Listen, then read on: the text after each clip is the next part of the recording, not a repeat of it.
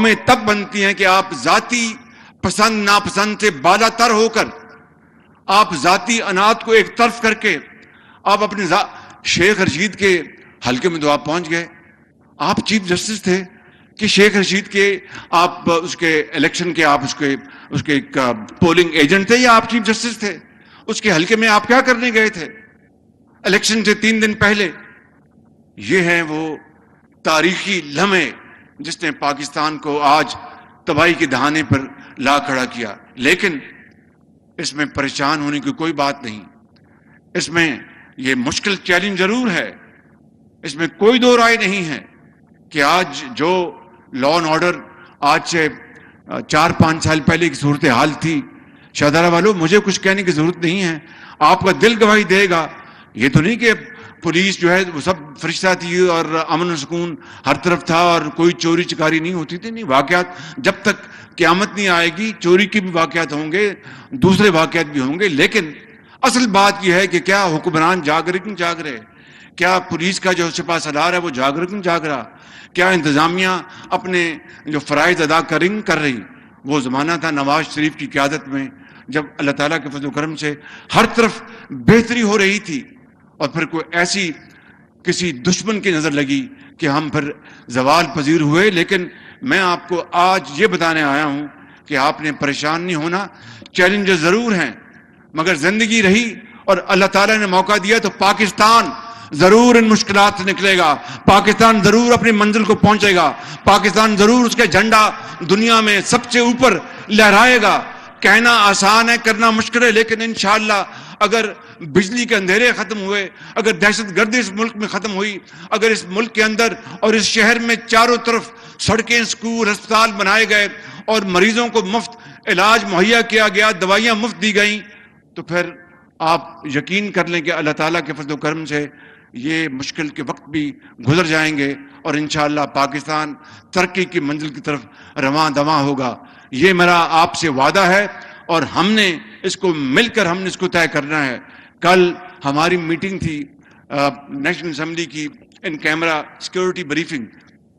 اس کے بارے میں تو میں آپ کو کچھ نہیں بتا سکتا کہ وہ ایک ٹرسٹ ہے، اس کے بارے میں کوئی لفظ نہیں کہا جا سکتا. لیکن یہ کہنا چاہتا ہوں کہ آئی ایم ایف کی شرائط میں، بھائی ذرا غور سے سنیں، آئی ایم ایف کی شرائط میں آخری شرط یہ تھی کہ آپ اپنے دوست ممالک سے چند ارب ڈالر لے کے آئیں.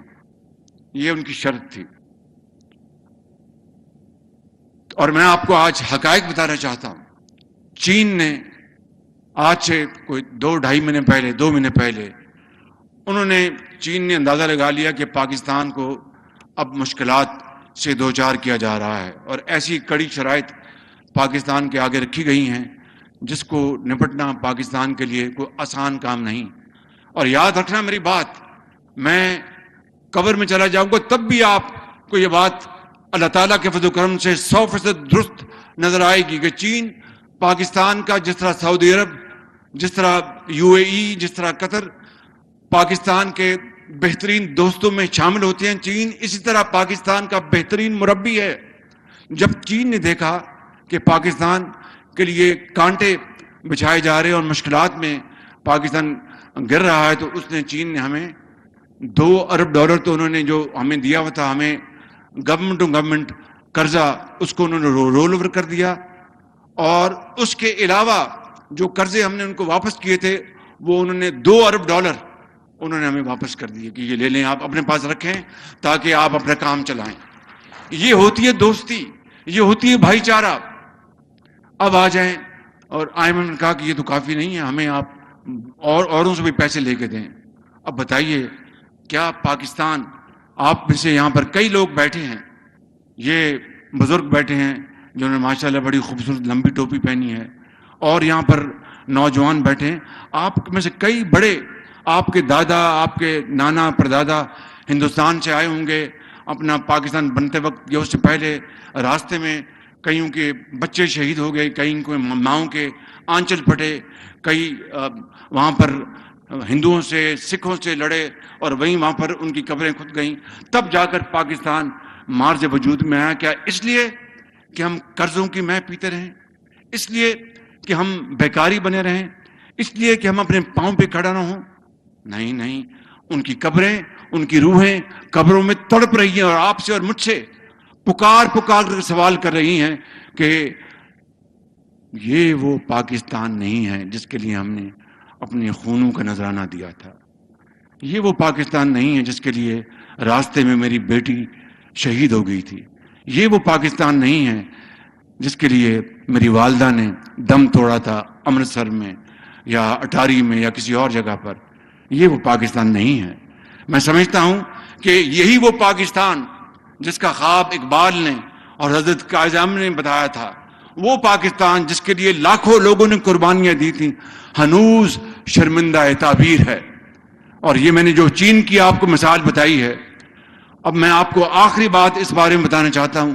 تو IMF نے کہا کہ باقی اپنے دوستوں سے پیسے لے کے دیں، تو چنانچہ پچھلے 1.5 مہینے میں ہم نے سر توڑ کوشش کی، اور میں انتہائی شکر گزار ہوں سعودی عربیہ کا، انتہائی شکر گزار ہوں میں اپنے UAE کا، جنہوں نے ہمیں $3 ارب دیے ہیں، ہمیں $3 ارب۔ اور اس کے لیے میں تو ان سے جا کے بات کرایا تھا، لیکن اس کے لیے جو تگ و دو کی ہے، جو محنت کی ہے، جو پسینہ کرایا ہے، میں آپ کو ایمانداری سے بتا رہا ہوں، وہ ہمارے نوجوان فارن منسٹر بلاول بھٹو نے کوشش کی، اسحاق ڈار صاحب جن کو راتوں کو بھی نیند نہیں آتی بیچاروں کو، وہ اس کام کے لیے دن رات جتے رہے، اور جو نئے جو سپہ سالار آئے ہیں جنرل عاصم منیر، راتوں کو یہ جاگے، اور سعودی عربیہ سے UAE سے میں نے اس طرح یہ معاملہ طے پایا، اور اب IMF کے پاس کوئی بہانہ نہیں ہے، تمام شرائط منظور ہو گئی ہیں، انشاءاللہ وہ قرضہ اب منظور ہوگا، لیکن فیصلہ یہ کرنا ہے کہ ہم نے قرضوں کے اوپر زندگی بسر کرنی ہے یا خود اپنے پاؤں پر کھڑے ہو کے محنت، امانت اور دیانت کے ذریعے ہم نے پاکستان کو، اپنے خاندان کو، بچوں کو بنانا ہے، سنوارنا ہے۔ یہ ہے وہ سوال جس کا جواب آپ نے اور 22 کروڑ عوام نے دینا، جس کا جواب میں نے دینا ہے اس عدالت میں اور اللہ کی عدالت میں۔ تو میں آپ کو جو آج آخری بات کرنے آیا ہوں، میرے بزرگوں، نوجوان ساتھیوں اور بہنوں، سن لو میری بات، وہ قومیں تبھی ترقی کرتی ہیں جو خود اٹھتی ہیں اور فیصلہ کر لیتی ہیں کہ اللہ کے سہارے ہم نے زندہ رہنا ہے عزت کے ساتھ اور اپنا مقام پیدا کرنا ہے۔ اور وہ مقام جو ہے وہ کس طرح پیدا ہوتا ہے؟ وہ جادو ٹونے کے بغیر نہیں ہوتا، وہ چھو منتر سے نہیں ہوتا، وہ محنت سے ہوتا ہے، وہ ریاضت سے ہوتا ہے، وہ دیانت سے ہوتا ہے۔ اسی لیے میں اس شعر کے اوپر اپنی بات ختم کرتا ہوں کہ جب اپنا قافلہ عزم و یقین سے نکلے گا، جب اپنا قافلہ عزم و یقین سے نکلے گا، جہاں سے چاہیں گے رستہ وہیں سے نکلے گا، وطن کی مٹی مجھے ایڑیاں رگڑنے دے، مجھے یقین ہے چشمہ یہیں سے نکلے گا۔